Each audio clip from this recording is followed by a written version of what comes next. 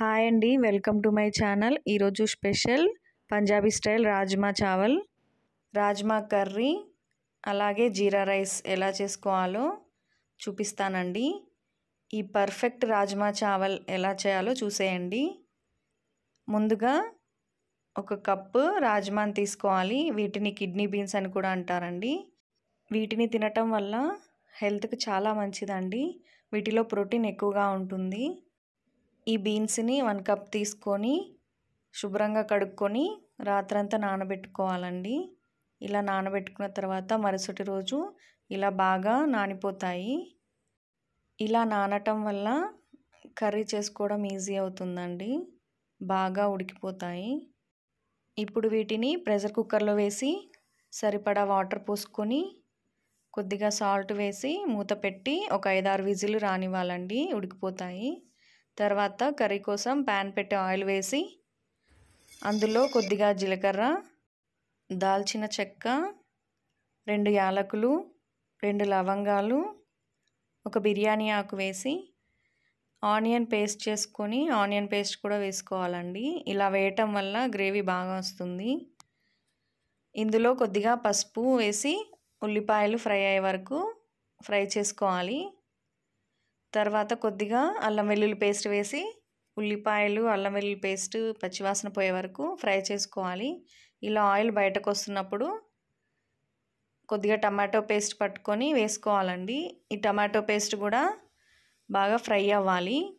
ఇలా కొద్దిసేపు మూత పెట్టి ఫ్రై చేస్తే బాగా ఫ్రై అవుతుంది. సైడ్స్ నుంచి కూడా ఆయిల్ వచ్చేస్తుందంటే ఫ్రై అయిపోయినట్టే.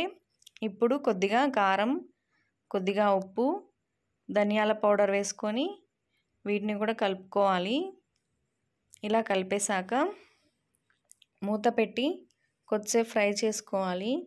ఇలా బాగా ఫ్రై అయిపోయాక మనం ముందుగా ఉడికించుకున్న రాజ్మా బీన్స్ని ఇందులో వేసుకోవాలండి. రాజ్మాతో పాటు ఉడికించుకున్నప్పుడు వచ్చిన వాటర్ని కూడా వేసుకోవాలి. మీకు వాటర్ లేకపోతే కొద్దిగా వాటర్ వేసుకొని కలుపుకుంటూ మీడియం టు లో ఫ్లేమ్లో పెట్టుకుంటూ కర్రీ దగ్గర పడే వరకు ఉడికించుకోవాలండి. ఇలా ఉడుకుతూ ఉండగా కసూరి మేతి పౌడర్ని కూడా వేసుకోవాలండి. అలాగే కొత్తిమీర కూడా వేసి బాగా కలుపుకోవాలి. ఈ కసూరి మేతి పౌడర్ వేయటం వలన ఫ్లేవర్ ఇంకా బాగుంటుందండి. కర్రీ కూడా చాలా టేస్ట్ వస్తుంది. కర్రీని ఈ స్టేజ్లోనే ఆపేసుకోవాలండి, లేదంటే ఇంకా గట్టి పడిపోతుంది. ఈ రాజ్మాలోకి కాంబినేషన్గా జీరా రైస్ ఎలా చేసుకోవాలో చూపిస్తాను, చూసేయండి.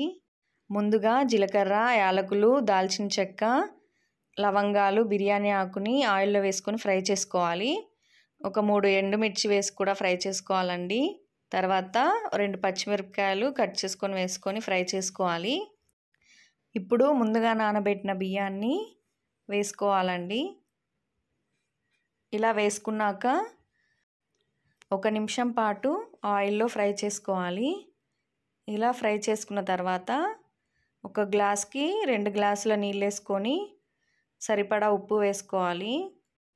ఉప్పు కలిసేలాగా కలుపుకొని కొద్దిగా జీలకర్ర పౌడర్ని వేసుకోవాలి. ఇలా వేయటం వలన ఫ్లేవర్ చాలా బాగుంటుందండి.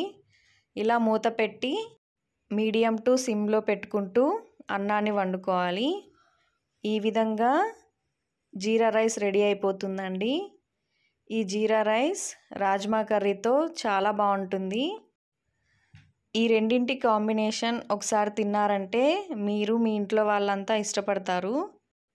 ఈ విధంగా జీరా రైస్ ఇంకా రాజ్మా కర్రీ పెట్టుకొని తింటే టేస్ట్ చాలా బాగుందండి. ఒకసారి చూసి ట్రై చేయండి. Thank you for watching. Subscribe.